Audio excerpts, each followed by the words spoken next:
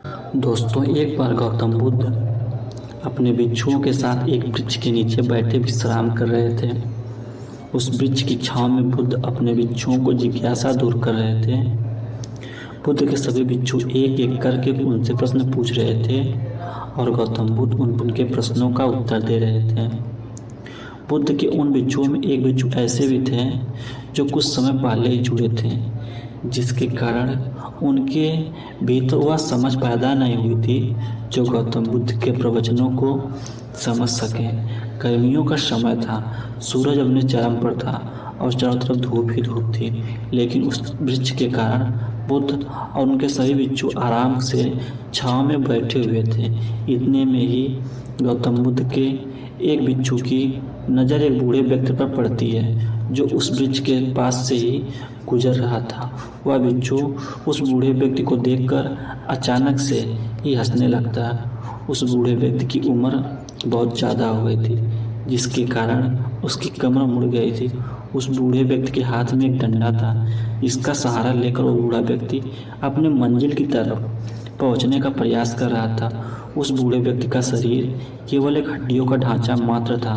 अपने भिक्षु को हंसते हुए देख बुद्ध उससे कहते हैं कि मेरे प्रिय भिक्षुओं, कृपा कर हंसो मत, क्योंकि जिस व्यक्ति को देखकर तुम अभी हंस रहे हो वो कोई साधारण व्यक्ति नहीं है, बल्कि वह व्यक्ति इसी क्षण तुम्हारे जीवन को रूपांतरित करने की क्षमता रखता है।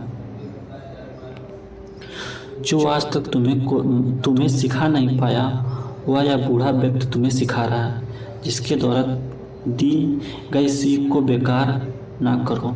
बुद्ध की यह बात सुनकर वह भिक्षु बुद्ध से कहता है कि मुझे क्षमा करें बुद्ध, पर मुझे ये नहीं समझ आ रहा है कि जो एक बूढ़ा व्यक्ति जो खुद अपने शरीर और अपने बीमारियों से लाचार है, वो मुझे कैसे सिखा सकता है।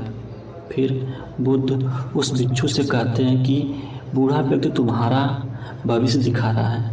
जिस बुढ़ापे को और लाचारी को देखकर तुम अभी हंस रहे हो, वो बुढ़ापा और लाचारी तुम्हारे जीवन में भी आने वाला है।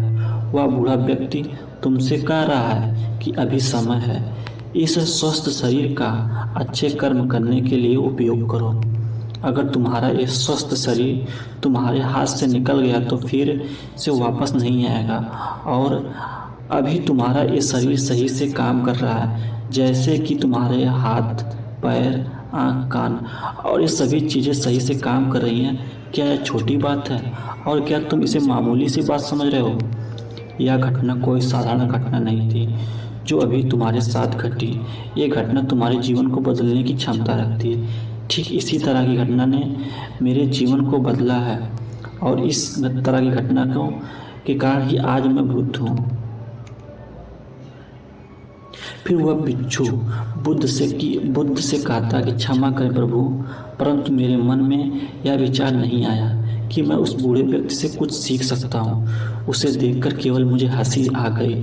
ऐसा इसलिए हुआ क्योंकि तुम्हें अपने भीतर कहीं ना कहीं लगता है कि तुम जिस स्थिति में आज वो बूढ़ा व्यक्ति है, उस स्थिति तुम कभी नहीं आओगे।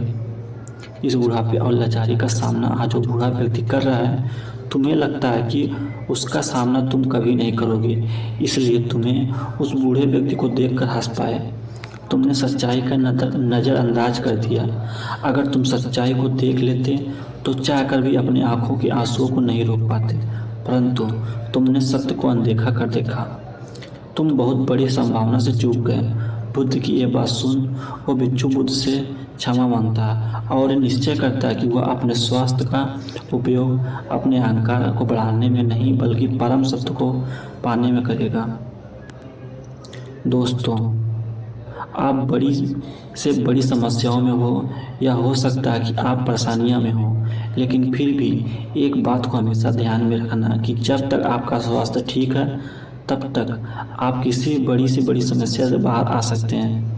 दोस्तों, इसलिए बुद्ध ने कहा कि हमारा स्वास्थ्य हमारा सबसे बड़ा उपहार है जो हमें इस सृष्टि से मिला हुआ है, इसलिए इसका सही उपयोग करें।